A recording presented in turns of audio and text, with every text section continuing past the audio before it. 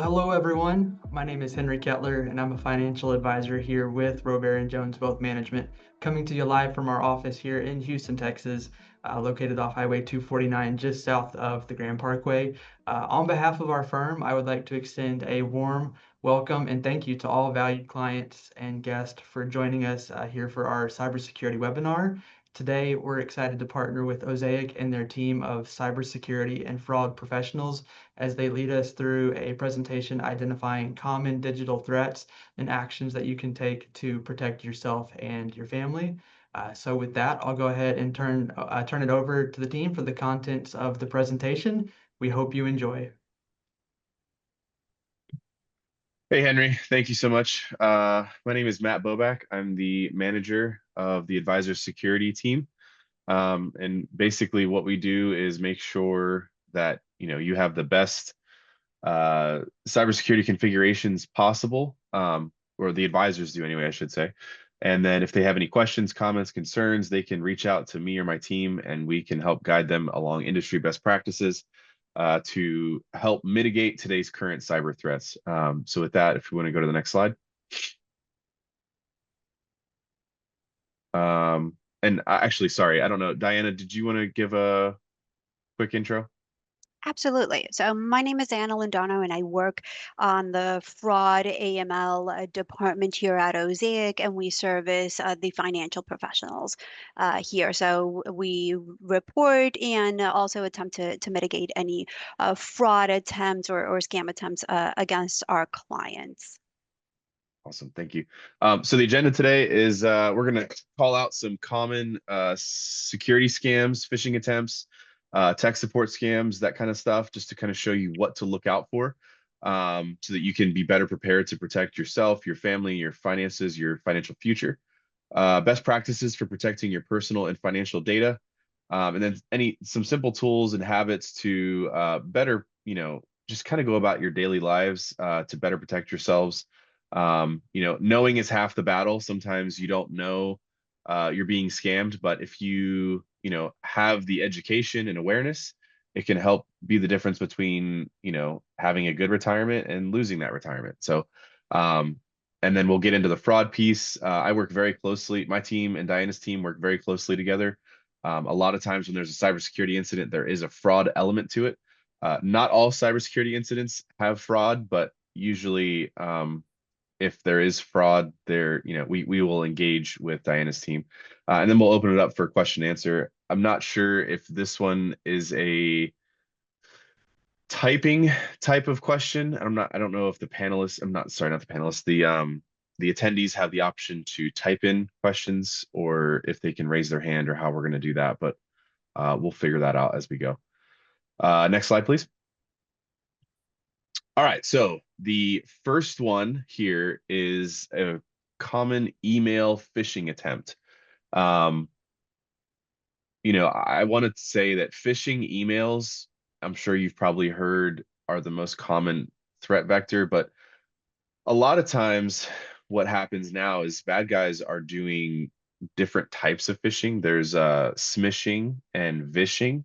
Smishing is basically a text form of phishing attempt. I don't know if you guys have seen, hey, this is UPS. We have a package that's lost and we need you to, click here to confirm your delivery or something like that. A lot of times they'll target around Christmas. Everybody orders with Amazon, so the likelihood that you're going to have a package out there somewhere is pretty high.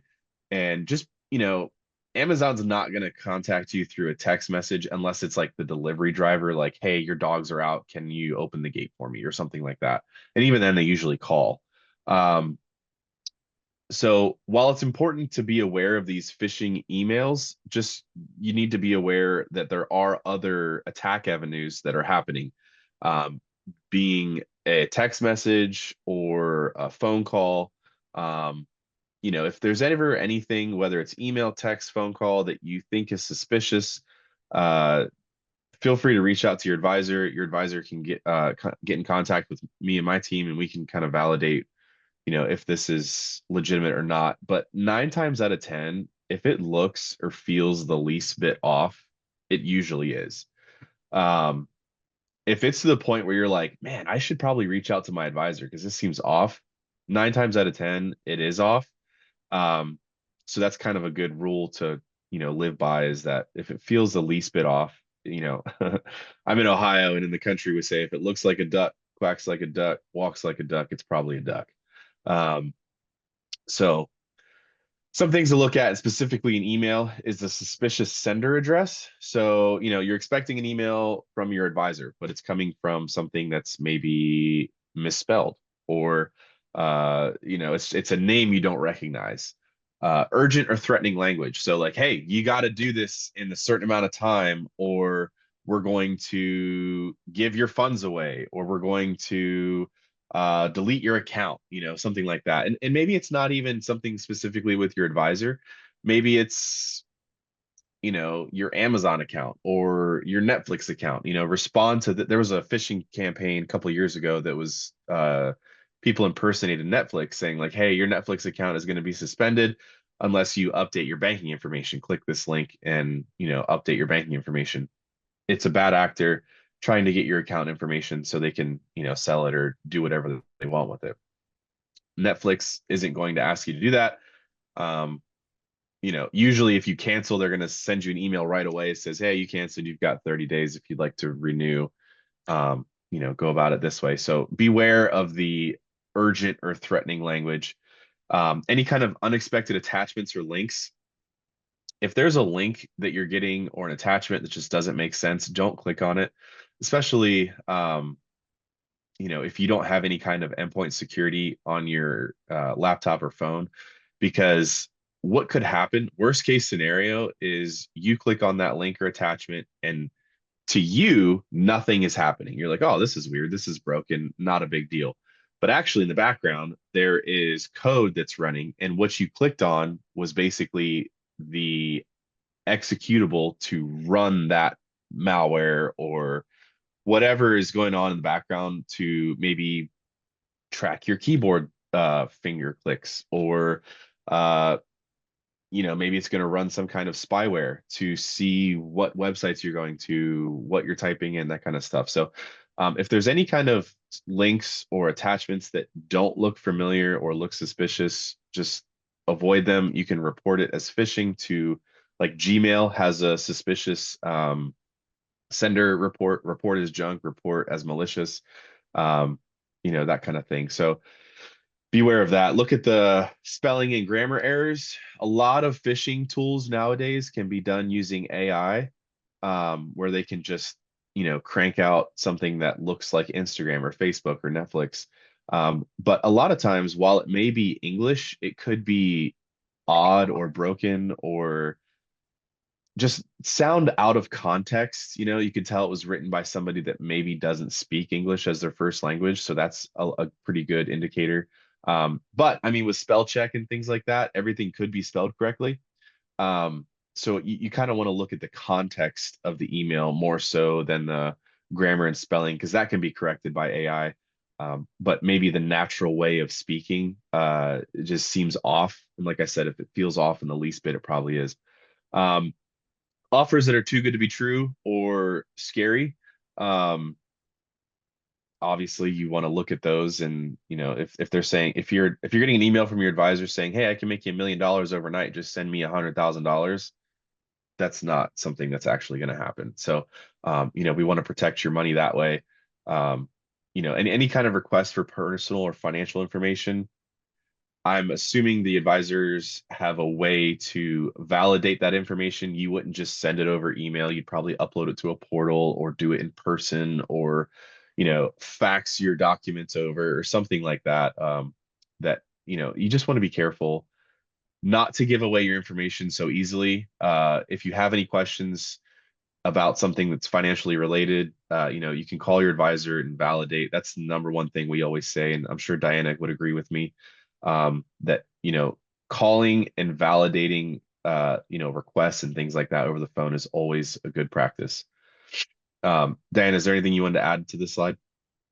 No, just be very careful. I think scammers, when we were talking about an email that doesn't look right, remember the scammers will spoof those emails and there's one digit off, one letter off. So it happens to all of us. You look at it really quickly and it looks like the legitimate email, but it's one digit off, one letter off. So I would be very careful if you're going to send any information or if you're receiving information.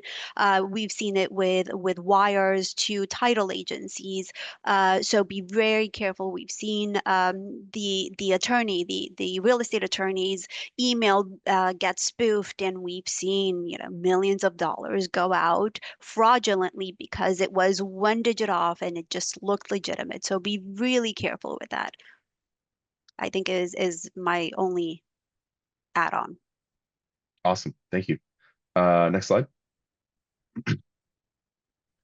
So tech support scams, we're seeing more and more of these from a security perspective. It's not so much the phishing, because people are aware of what phishing emails look like. We have a lot of security tools that can just remove the phishing emails before they even get into the inbox. But a big one that we see is tech support scams, because this is really 100% dependent on the human element and allowing the bad actor into their system. So what this attack looks like is, let's say you go to Google something and you click on an ad page, maybe. That ad page now just downloaded, it's called a drive-by browser attack. And basically it's malware in your browser. If you have allow notifications turned on, then you're going to get this pop-up. I know it's kind of hard to see, but basically it looks like a chat box and there's really nobody there, but it kind of makes you stop and freezing your tracks. You're like, oh my gosh, I have viruses on my computer. And that phone number right there, 855-486-1800, that's to the attacker's phone. So now what they're asking you to do is to call them, and they're going to act like tech support. They're going to be like, okay, our malware is successful somewhere. You're going to call them and say, hey, I got this pop-up and it said to call you for help. How can you guys help me? And they're going to say, okay, yeah, we can walk you through this. We're just going to need to get access to your computer. So they're going to have you download a legitimate screen share software, which there's plenty out there and they are legitimate. But then once they connect and you give them access to your computer, they're going to look like they're removing, their malware or whatever it is. But in the background, they could be running kind of like the same as a phishing email. They could be running, malicious software, or maybe looking through your other files on another screen. They're only showing you what they want you to see. So this one is very popular now, and it's really hard to protect against because they're using legitimate software. The attack comes from the browser, so it's not the actual endpoint device, and it's the end user giving them access. So the main thing to worry about, not to worry, but the main thing to focus on this one is that legitimate companies do not make unsolicited support calls or pop-ups asking for payment or access. Legitimate companies just do not do that. It's not something they're going to ever do. So if you see this type of attack, it's fake, and there's really no way that they would have the ability to know what's going on your system. So it's really just they're throwing a wide net out there and trying to see who bites for it or who gets caught in the net. So a lot of times, these are scary warnings, or maybe asking for payment. There could be unprofessional communication. Like if you start questioning them, they might get agitated with you or call you, stupid, or things that professional companies would never talk to you that way. So if you feel like they're getting aggravated or hostile or confrontational, that's a very clear sign. But my goal is to make it so that you guys don't even call. If you don't call, you just close out of it. You can, uninstall the browser, reinstall it. That's probably the easiest way to get rid of this type of malware. Or you can contact like Best Buy Geek Squad or something like that if you don't feel comfortable handling it yourself. But this is a type of infection that's kind of hard to detect by endpoint security, because it's really just a ad, really is what it is. So if you have adware blockers, that could prevent it. But if you ever do see the pop-up, just don't call because it's not legitimate. Diana, is there anything else you want to add to this? No, I was actually going to ask you, but you just answered that question. A couple of years ago, here with our work computer, I did click on a link and I started getting these messages. And it was constant. I would close the message and it would pop up again. It's so much so that it would not let me do anything else. So I Mhm. had to stop, pick up my cell phone, and call the help desk, our IT desk. So the question was, our financial professionals have you guys, we have you guys. How does the client, you know, deal with something like this where they can't do anything else, where it's a constant pop-up? You close it, it pops up. And you just said to uninstall the browser, reinstall it should work. And if in doubt, just take it to a tech support specialist, like a Geek Squad, and have them run it for malware. Yep, it's a pretty easy fix if you know what you're doing, but that's the I thing don't know is what I'm doing. So I exactly would that's my point is if you get somebody, if you feel comfortable doing it, great. If not, just take it to somebody because they'll be able to fix it for you for sure. right. But thank you for that. Okay, next slide, please. All right, so we've talked about the big scary things. Those are the two, the phishing, the smishing, the tech support scams. Those are by far the most prevalent attacks we're seeing today. So if you can keep those in the forefront of your mind, that'll help keep you, better protected. But let's say your credentials get compromised, or something, your identity is compromised, something like that. What can you do to better protect yourself? Using strong, unique passwords for each account is key. The reason why this is so important is because I'm sure people have heard of like the Target hacks, the Home Depot. There's been a couple pretty big hacks that have happened where credentials are stolen and sold.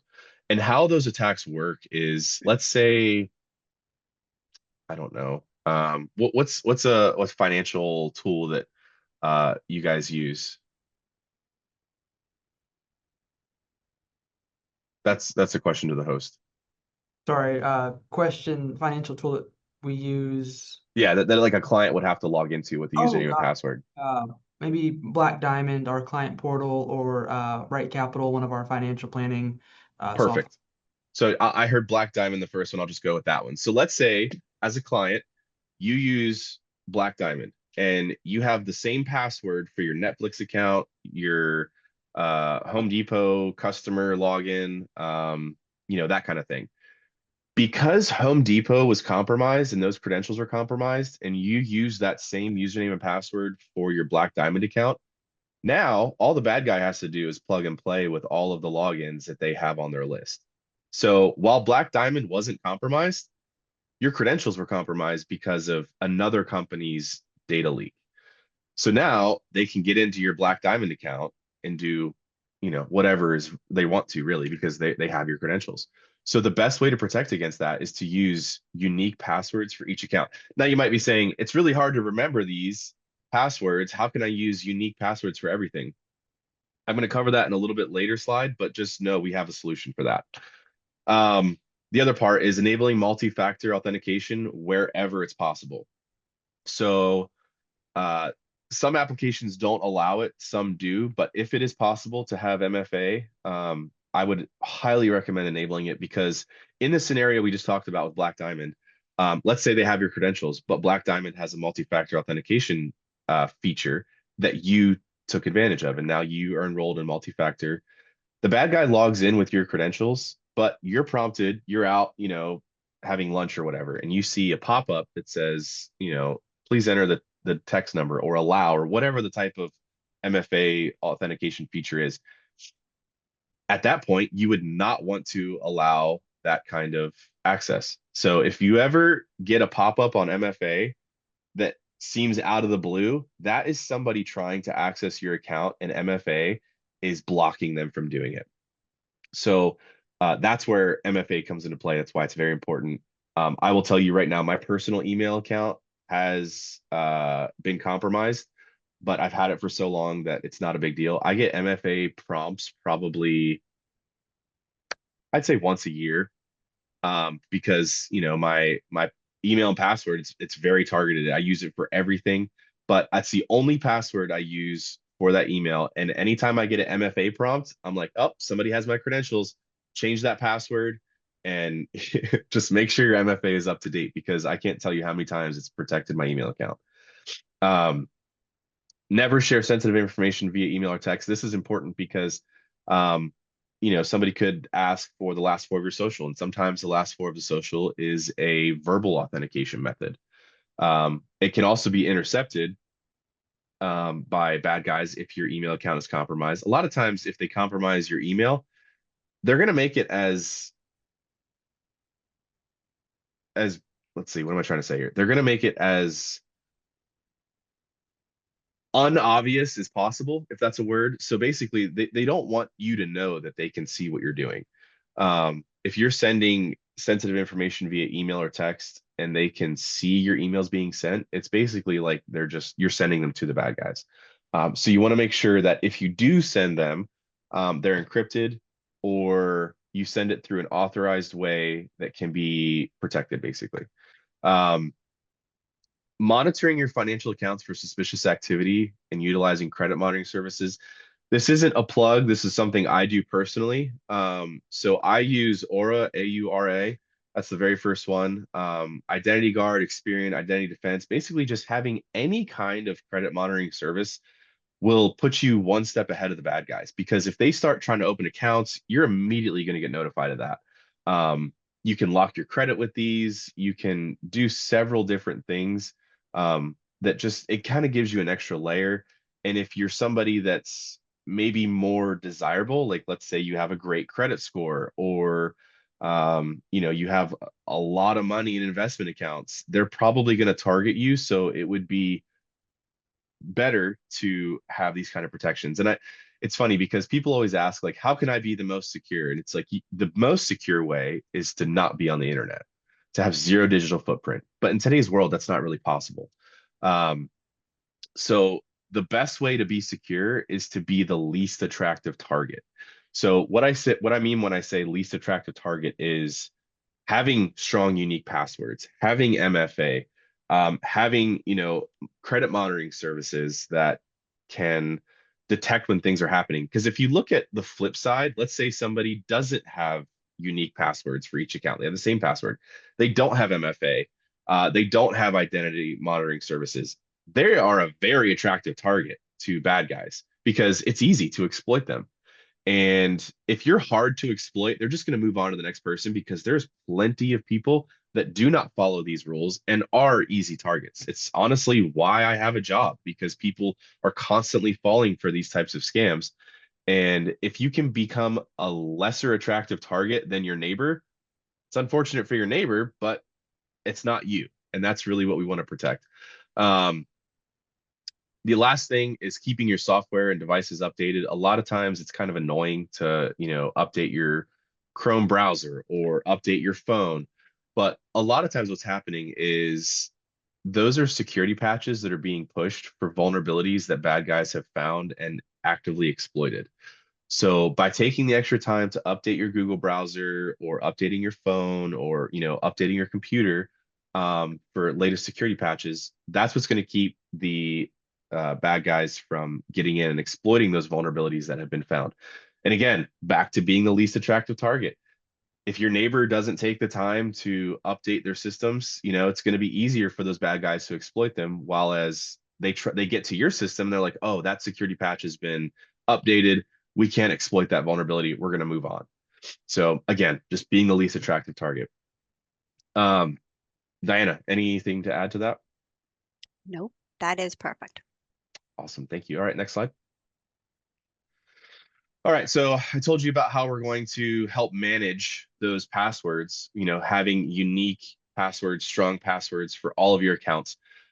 We recommend using password managers. So A couple Osaic approved password managers, and this is approved for the advisors. As a client, obviously you can use whatever one you want, but I like to have these because you know that Osaic has done their due diligence in reviewing these password managers for security, for reputation, for all kinds of things that you basically can have a peace of mind that they're solid password managers.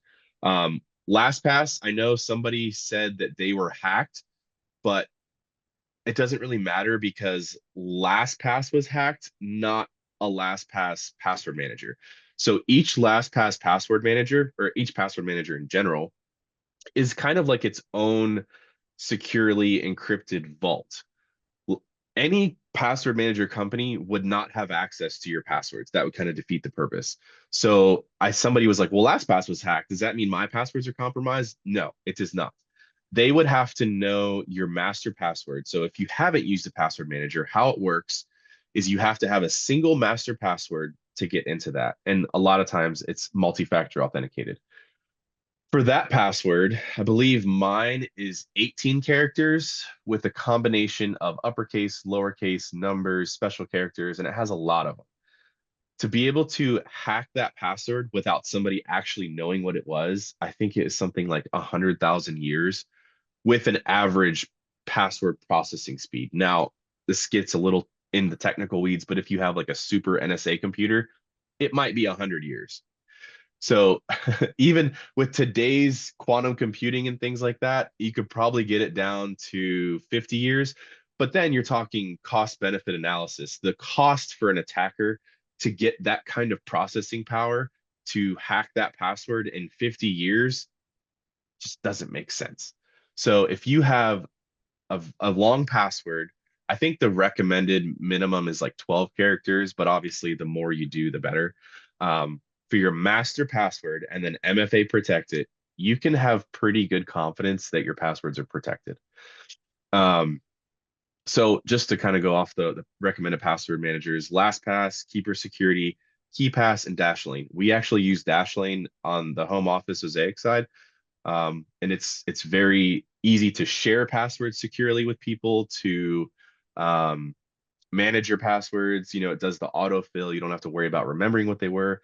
The best password managers are the ones that you don't even know your own password. So, you know, you can install these apps on your phone. You can have LastPass on your phone, Keeper, KeyPass, whatever on your phone or your laptop.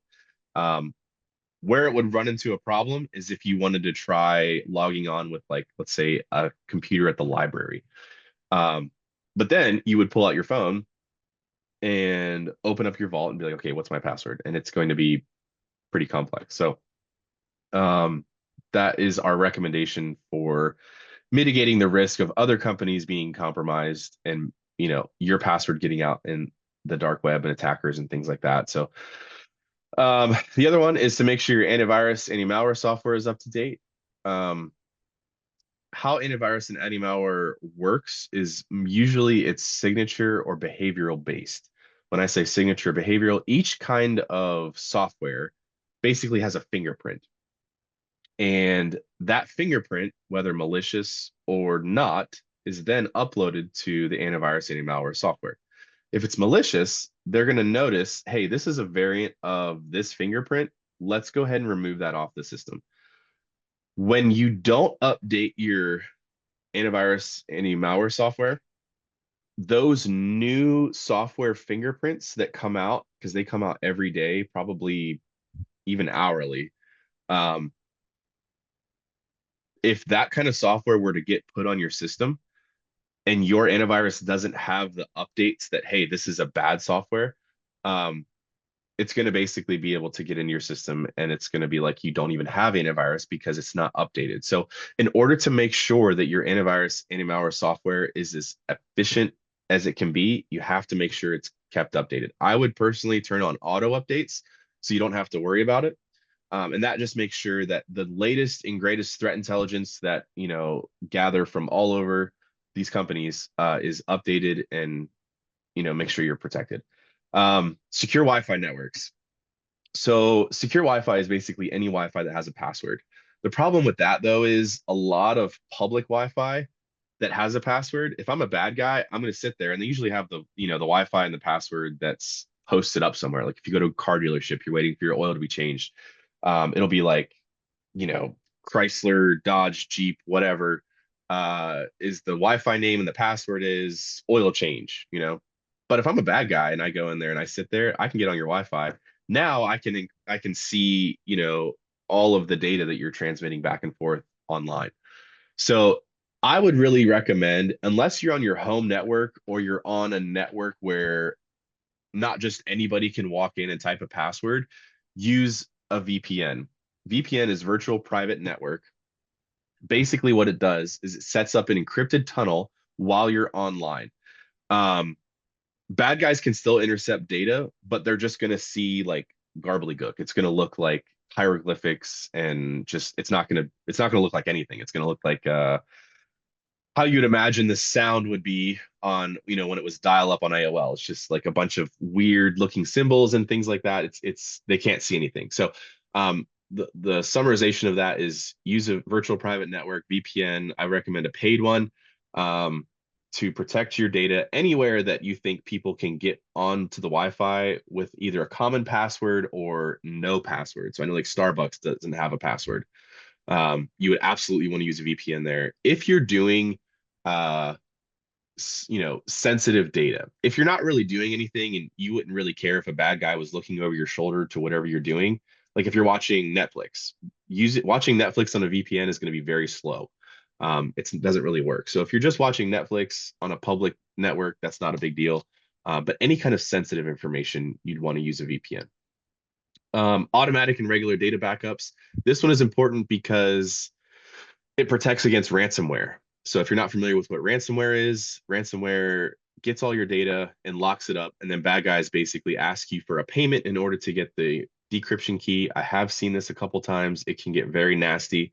If you don't have backups, the best way to protect against it, it's not really even protecting against it. It's to get you back up and running by the backup. So let's just say hypothetically, you have a week's worth of backups that are done every Friday. If the bad guy gets ransomware on your system, you can basically wipe your system and restore it from your backups. And now the bad guy doesn't have any power. It's the people that have backups once a year and they have data on there that is detrimental to their business or whatever it could be, their personal lives. They have to have that data back in order to function. That's when the bad guys can potentially have a case for them to pay the ransomware. To pay the ransom, sorry. But having regular backups, it's really dependent on how far back would you have to go in order to see like where it starts to hurt. So if you have monthly data, you do things on a monthly basis, then maybe have a monthly backup. If it's daily, weekly, whatever your specific situation is, that's how long, that's the frequency that the backup should be conducted. Because if at any point those files are encrypted, you can restore from the backup. The last thing is to just log out of accounts when finished. If there is a bad actor in your system and they're just kind of sitting there waiting for you to leave after you've logged in, we have a requirement that systems automatically log out after 15 minutes. Some are longer, some are shorter. If you want longer than 15 minutes, you usually have to have a risk exception and have backup controls that can protect your accounts if they are longer than 15 minutes. But a lot of times, people don't have those requirements, especially, you know, on your home computer. You're not going to have stuff log you out. Like, but if you log into your bank, pretty sure your bank is like 5 or 10 minutes. If you log in on your phone or your computer, it'll automatically kick you out. So if it doesn't have an auto log out feature, I recommend logging out just to protect yourself from any kind of potential compromises that are already happening. Diana, anything you want to add to that? No, but two questions that come in from Dave Dougal. You can answer the password manager question for him. I'll answer the one on house stealing. It says, anything wrong with Windows password manager? So as long as it's a paid password manager, I don't really have a problem with it. The only kinds of password managers I do have a problem with are browser password managers. So like Google Chrome password manager, Safari password manager. I saw a specific situation where Google Chrome password manager was compromised. It was because there was a vulnerability in the browser and the person didn't update their browser.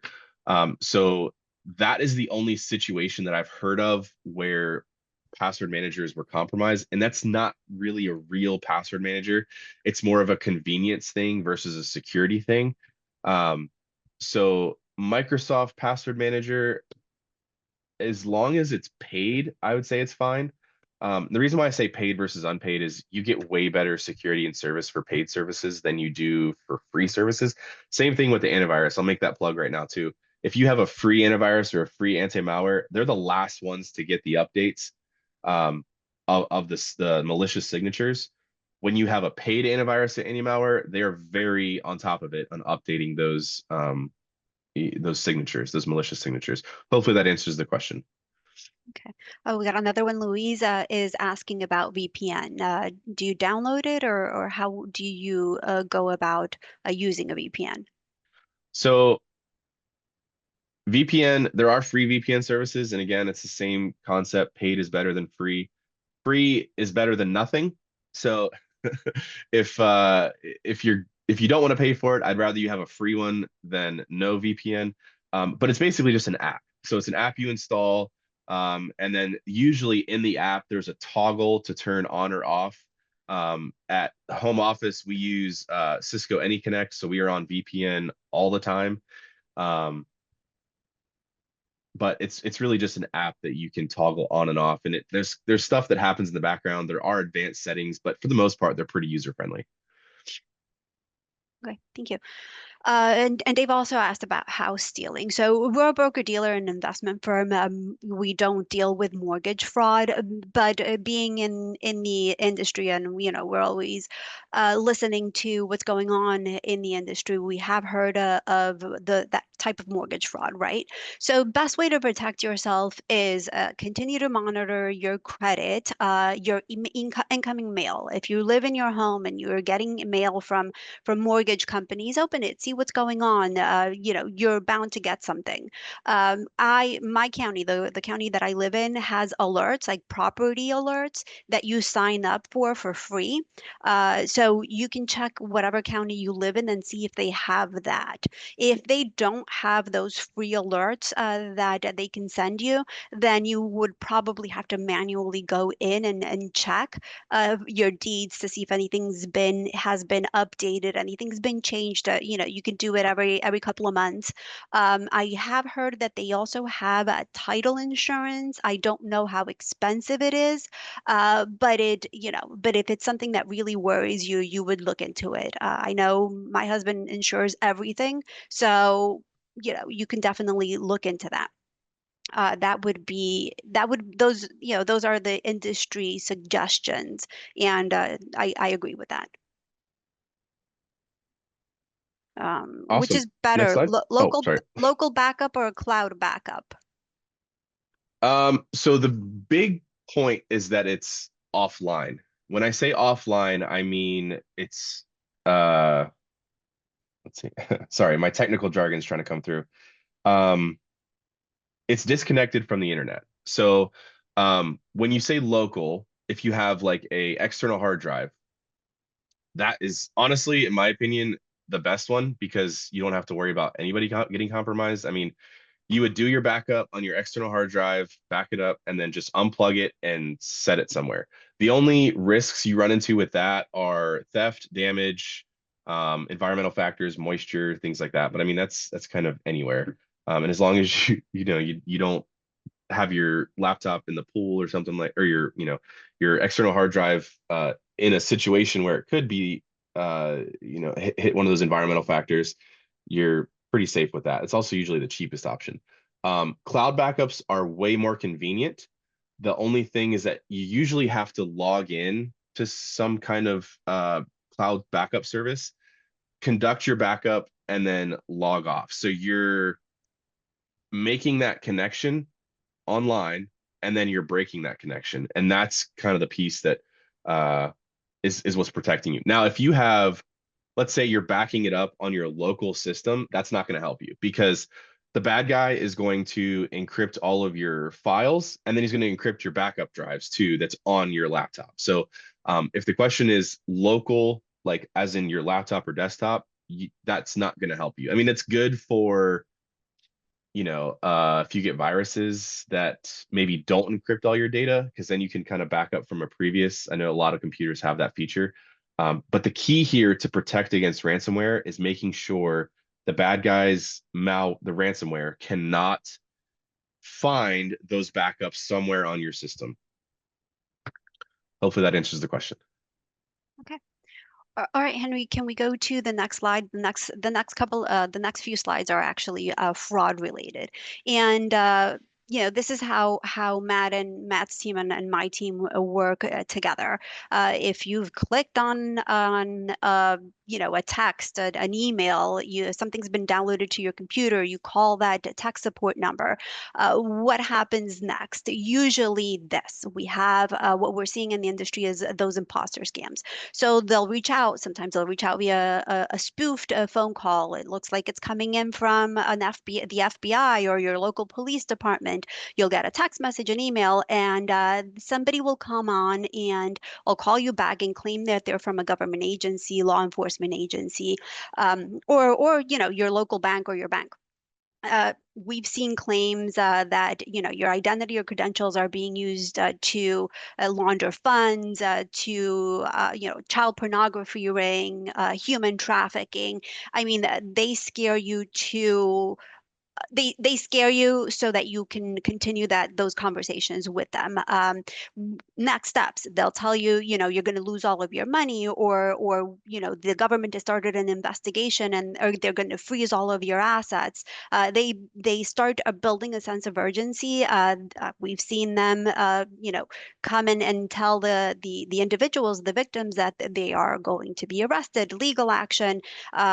And that the only way that they are going to be protected is if they move all of their assets to a safe account. Sometimes they'll demand payments via gift cards, or they want you to wire funds out. It's not.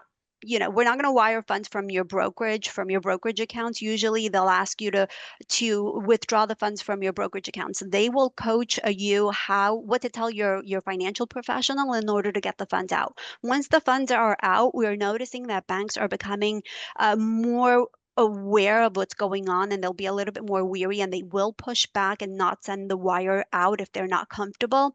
So what we're seeing is that the scammers are now convincing the victims to either purchase gold or deposit those funds, those assets via a Coinbase ATM, or sometimes just send the cash out, or somebody will stop by and pick up the gold or pick up the cash from a designated location, or sometimes even the client's homes. So be very, very wary. Law enforcement, local agencies will never threaten an arrest or demand payment to avoid arrest, or demand payment to avoid any type of litigation. I would never provide any type of personal information over the phone that you do not know personally. And do not rely on your caller ID. The scammers do use that technology to spoof these legitimate agencies. So if you have somebody calling you, they're using the scare tactics, there's a sense of urgency, you need to stop. Don't engage, hang up, and if you are comfortable with your financial professional, that when we hope you are, give them a call. Tell them, this is what's going on, and your financial professional can reach out to us. We'll provide some guidance. We'll provide some advice on what you can do. We'll also provide additional support if needed, or if we can. So always confide in your financial professional if you feel like you're falling victim. Usually if you just hang up and don't engage and block the number, they're not going to bother you or continue to bother you. They'll just go on to the next person. So Henry, the next one. Another trend that we are seeing and we continue to see, and unfortunately, this is affecting our population of individuals who are close to retirement age. So anybody who's above the age of 65 or older. What does it look like? You have a scammer. They make contact via a social media platform or a dating platform, right? Over the course of a few weeks or months, they build a relationship. A lot of the times, what we're seeing is that these romance baiting scams have morphed into an investment scam. So the scammer will convince the individual that they have this great investment opportunity, a cryptocurrency investment opportunity, convince them to send, a couple of $1,000s. They will provide access to a fake platform. So the individual thinks that they've invested and this is a real platform. They can log in, they sometimes have an application for it. And they'll see that the funds are growing. So what happens there? The scammer will try and get you to invest more, invest more, invest more. So once the individual decides that they want to disperse some of the funds or all of the funds, the scammer will turn around and say, "Oh no, this account's been flagged for a internal, like." A violation or a money laundering violation, or somebody's laid claim to these funds already, so you have to pay for an investigation. Uh, and then they'll ask for more money, or you have to pay taxes up front in order to receive these funds. It's at that point when the scammers feel that they can no longer take any more money or receive any more money from the victims, that they'll seize all communications. You will lose absolutely, they will no longer call. You will no longer have access to that app. They go dark.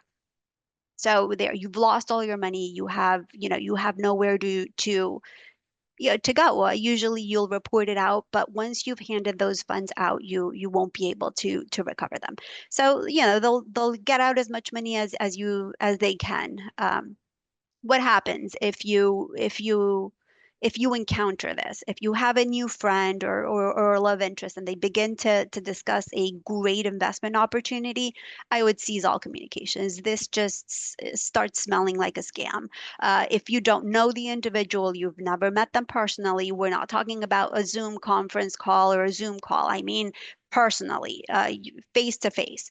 Just seize all communication. And again, talk to your financial professional. The financial professional can reach out to us and we will provide guidance, answer any questions.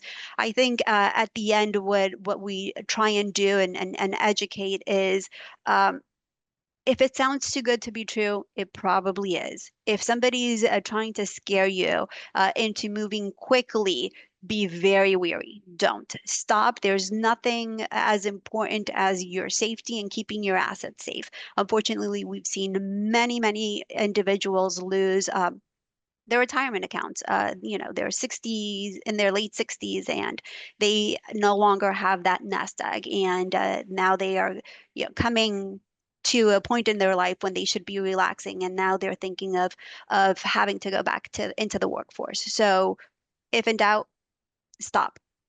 And always, always consider your financial professional a friend, and I would definitely reach out to them. And I think the next slide is just some of the websites or the uh, government agencies that we use to report fraud. We have the FBI agency. They will take any complaints that have led.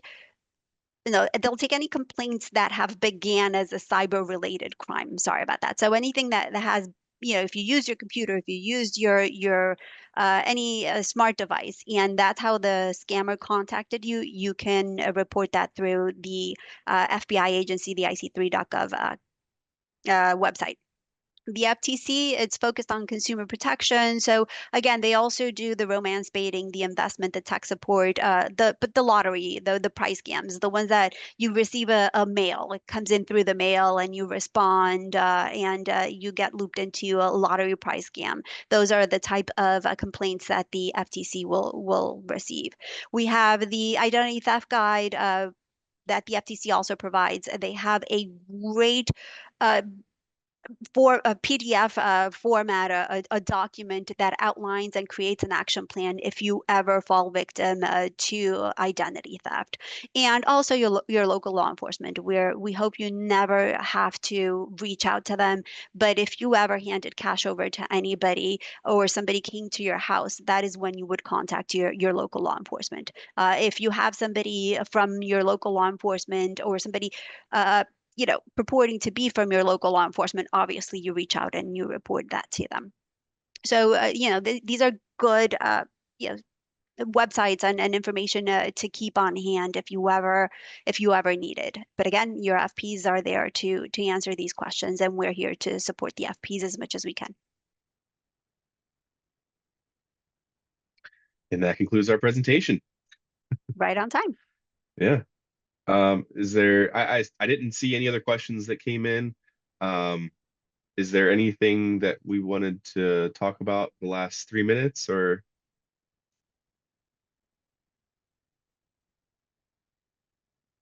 Sorry, it took me just a second to come back in there. But no, I think we're all good. Matt and Diana, thank you so very much for your time today. We very, very much appreciate it. And a big thank you to all of our valued clients and guests for joining us as well today. Just a couple of housekeeping items before we release everyone. We do plan to make a recording of this webinar available for anyone who couldn't be here today, who would like to watch it again, or if you would like to share this, with a friend or family member, you will have the ability to do so. We do plan on sending the recording directly to your email address. And as a follow-up item, we'll also have it available on our website and YouTube channel for further viewing. Also, as part of that follow-up, we'll have a brief survey for your feedback, as well as a request for any additional information or topics that you may be interested in. And again, a big thank you to our presenters today from Osaic, both Matt and Diana, and a big thank you to all of our clients and guests for joining us. To their point, to many of their points earlier, if you do have any, cybersecurity or fraud related, issues or questions come up, please always feel free to reach out to one of us here at Robare Jones. We're here to help, and we're here to serve. And we thank you for the confidence and the trust that you place in us every day. So if anything ever comes up, please do not hesitate to reach out to us, and we certainly do have resources that can be, leveraged if necessary, should there be, a significant fraud or cybersecurity event. Again, thank you. We'll go ahead and release everyone, and we hope you'll have a great rest of your day.